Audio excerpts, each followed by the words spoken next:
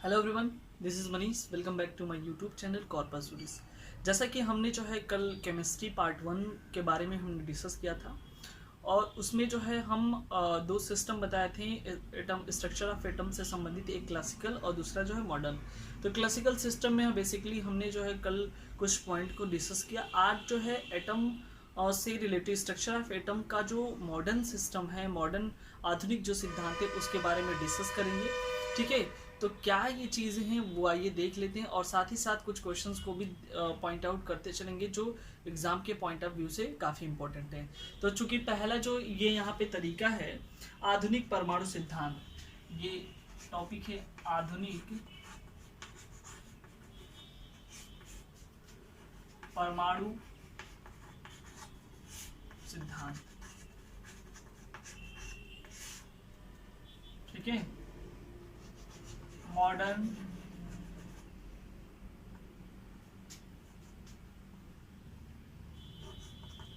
Atomic principal.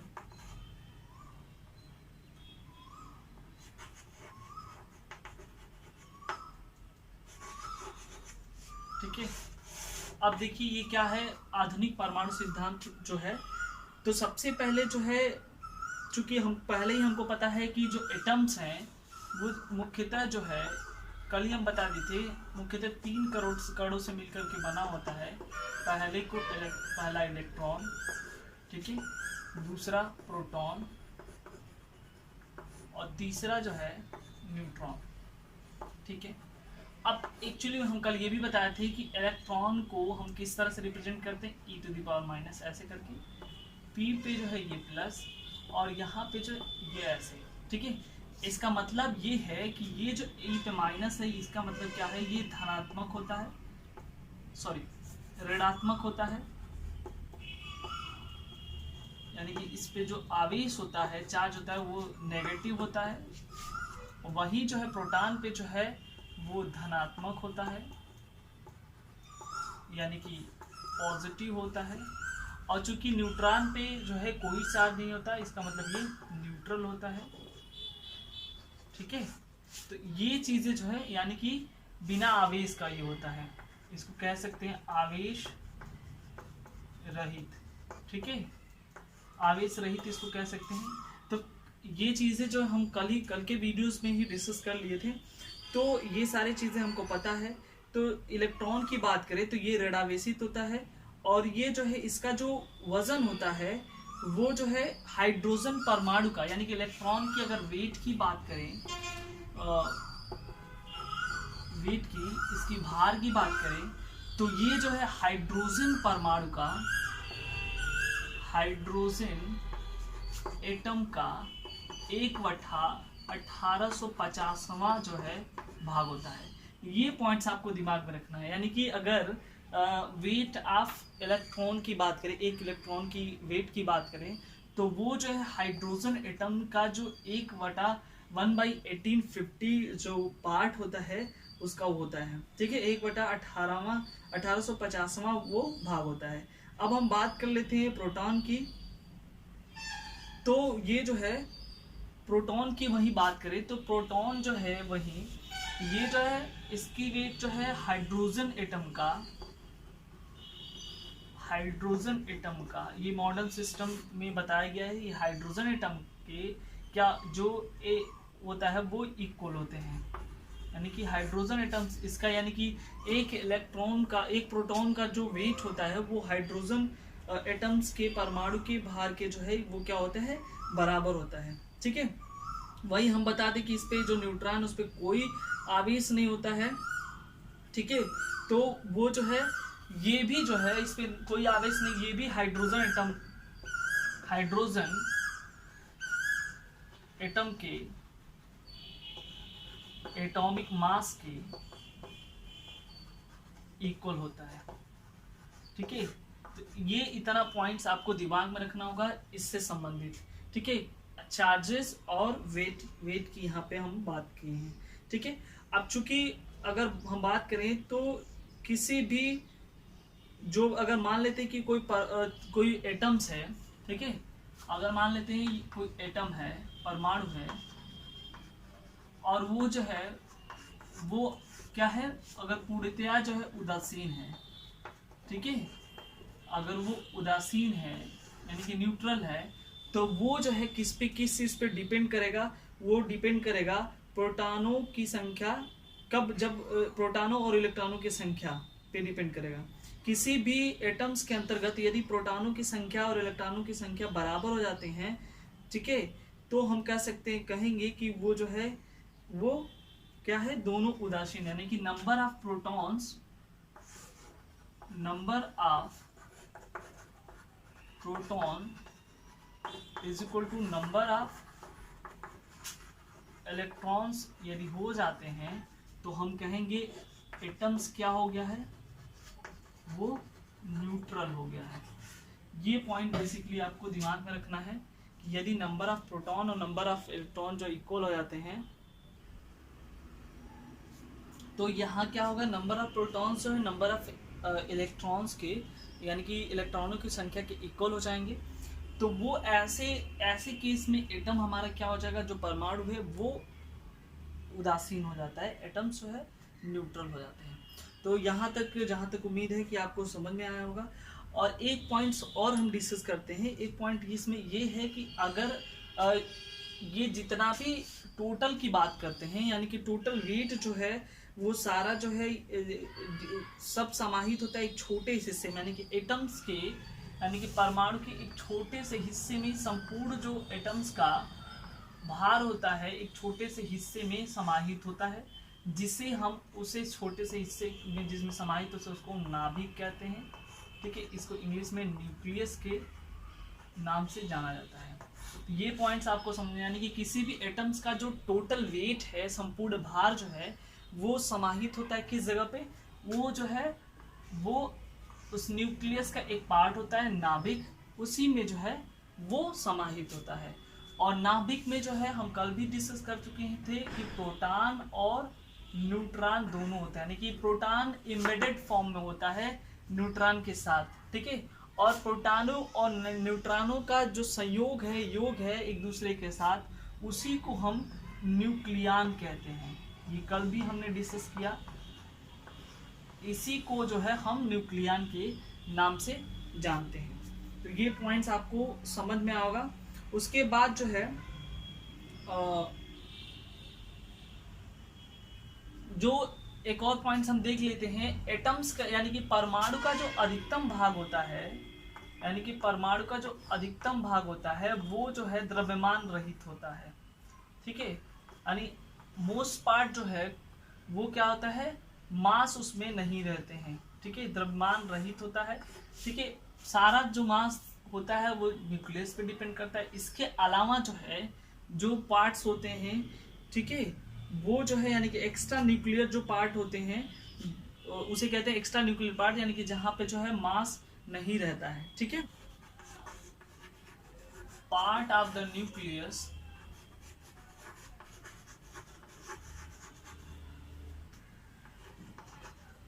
Is massless, यानी कि द्रव्यमान रहित होता है, और उसे जो है extra part of the nucleus या एक्स्ट्रा न्यूक्लियर कहा जाता है। उसे क्या कहा जाता है, extra part of the nuclear या एक्स्ट्रा न्यूक्लियर कहा जाता है। कल भी हम डिस्कस किए थे, फिर से एक बार बता दें कि ये जो है न्यूट्रॉन और प्रोटॉन जो है हमारा क्या है, एक न्यूक्लियस में रहता है, और न्यूक्लियस के बाहर जो है ये क्या होते हैं, ये सेल बने होते हैं। ये हमारा न्यूक्लियस है,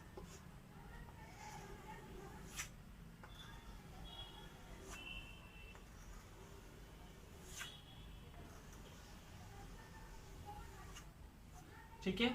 और इसमें जो है इलेक्ट्रॉन क्या होते हैं, इसमें रहते हैं, ठीक है।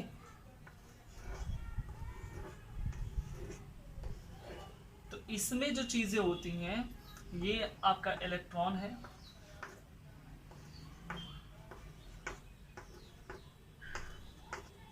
ठीक है।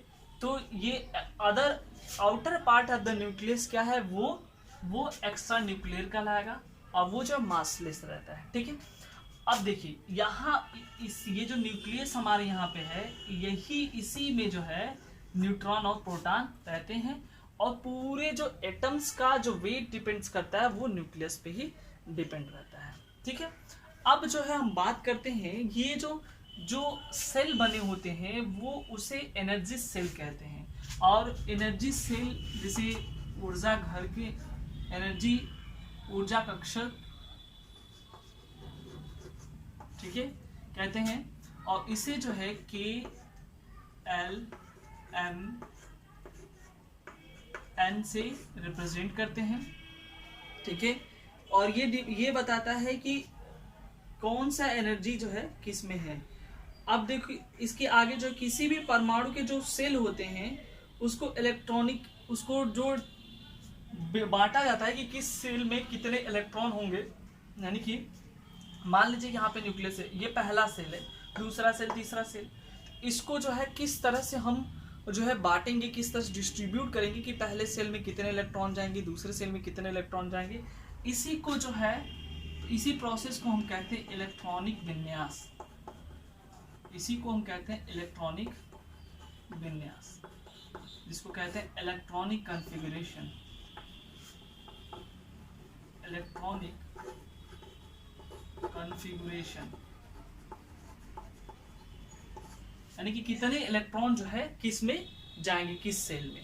उसके बाद जो है अगला पॉइंट हमारा ये है कि जब ये हो जाते हैं तो परमाणु का भार जिस यानी कि जिस इसको जो है जिसे द्रव्यमान कहा जाता है, यानी कि हम पहले भी डिस्कस कर चुके कि अगर मान लीजिए 18Ar40 लिखा हुआ है तो ये एटॉमिक क्या है, मास है, और ये एटॉमिक नंबर है, और Ar जो क्या है, एटम्स है। ठीक है, तो ये सारी चीजें हैं, जो परमाणु संख्या होता है उसे जेड से प्रदर्शित किया जाता है, ये चीजें हम देख लेंगे।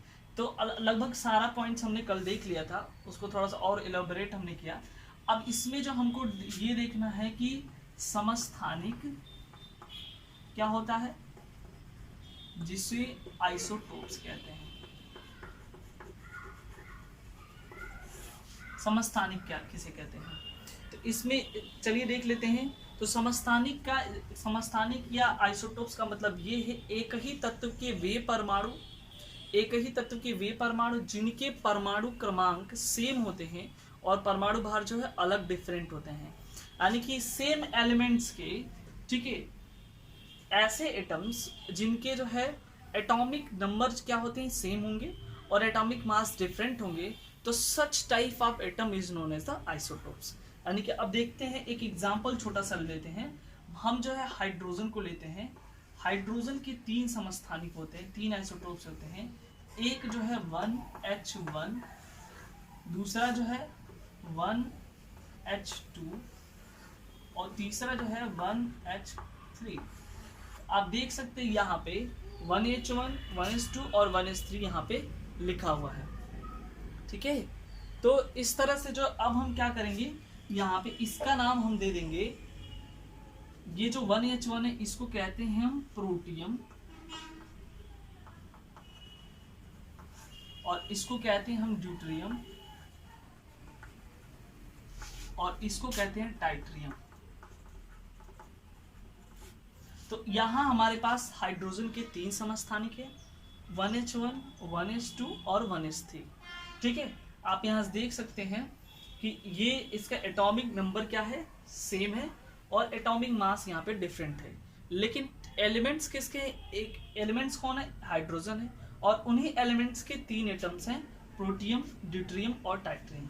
इसको H2 से भी डिनोट करते हैं, इसको D2 से डिनोट करते हैं, और इसको जो है T2 से डिनोट करते हैं। ठीक है, अब देखिए यहाँ पे ये जो है बनाता है, यदि ऑक्सीजन के साथ रिएक्शन करता है तो ये H2 बनाएगा, वाटर ये D2 बनाएगा, और ये जो है T2O बनाएगा। ठीक है, आई होप यहाँ तक आपको समझ में आएगा। ये जो H2 है नॉर्मल हमारा वाटर है, और ये जो है आपको पता होगा कि हैवी वाटर, ठीक है, हैवी वाटर आप पढ़ चुके होंगे अपने प्रीवियस क्लासेस में या जो भी बोर्ड्स के पेपर थे उसमें। तो हैवी वाटर हमको ये था कि हैवी वाटर उसे कहते हैं जिसको कठोर जल, ठीक है, कठोर जल, दो होता था, एक मृदु जल और दूसरा कठोर जल। तो कठोर जल उसे कहते हैं जो जिसको ऐसा वाटर जो साबुन के साथ जो है आसानी से झाग नहीं दे पाता है, उसे जो है हम हार्ड वाटर या कठोर जल, हार्ड वाटर भी कहते हैं या हैवी वाटर भी कह सकते हैं। ठीक है, तो कठोर जल यहाँ पे है, उसमें सोडियम और पोटेशियम के बाइकार्बोनेट मिले होते हैं इसके वजह से। तो ये पॉइंट्स आपका जो है आई होप समझ में आओगा। एक और इसका छोटा सा एग्जांपल आइसोटोप्स का हम दिखा देते हैं आपको। 6C12, 6C14, ठीक है, ये भी जो है ये आपका कार्बन की दो आइसोटोप्स हैं। ये 6C14 जो है कार्बन डेटिंग के नाम से जानते हैं।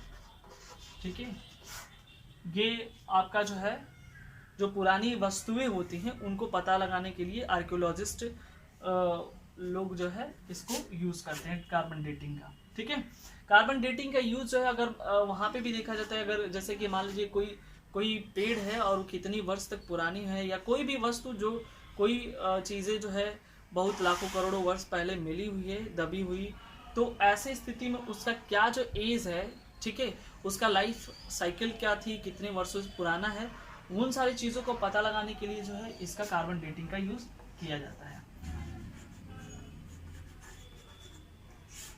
जिसे आइसोबार के नाम से जानते हैं।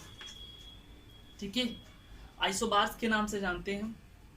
संभारिक क्या होता है? दो अलग अलग तत्वों के द्रव्यमान संख्या यदि समान है, ठीक है, अलग अलग तत्वों की बात करें तो उन ऐसे तत्वों के यदि परमाणु भार एटॉमिक मास सेम हो और जो एटॉमिक नंबर वो क्या हो, डिफरेंट हो।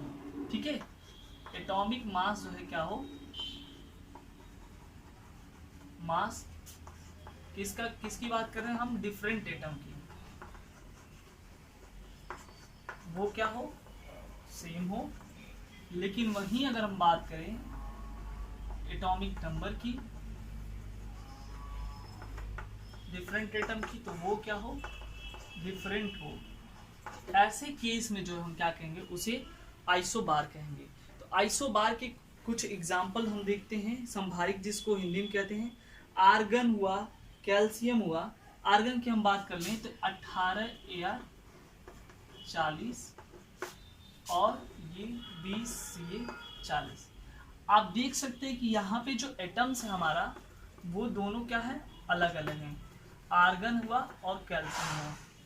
एटॉमिक मास की अगर बात करें, यानी कि द्रव्यमान की बात करें, तो ये दोनों का क्या है, 40 और 40, यानी कि दोनों का सेम है। लेकिन वहीं अगर नंबर की बात कर लें तो ये का 18 है और दूसरे का 20 है। तो हमारा ये जो डिफरेंशिएशन यही कहता है कि दोनों जो एटम्स होंगे वो अलग अलग होंगे, लेकिन उनके जो एटॉमिक मास होंगे वो सेम होंगे। आप देख सकते हैं इन दोनों के सेम है, और ये जो है क्या है, एटॉमिक नंबर दोनों का। यदि जो है एटॉमिक मास जो है यहाँ पे आप देख सकते हैं सेम है, और ये क्या है, डिफरेंट है, तो ऐसे केस में जो है हम उसे संभारिक का नाम देंगे। ठीक है, आई होप ये पॉइंट्स आपको समझ में आए होंगे।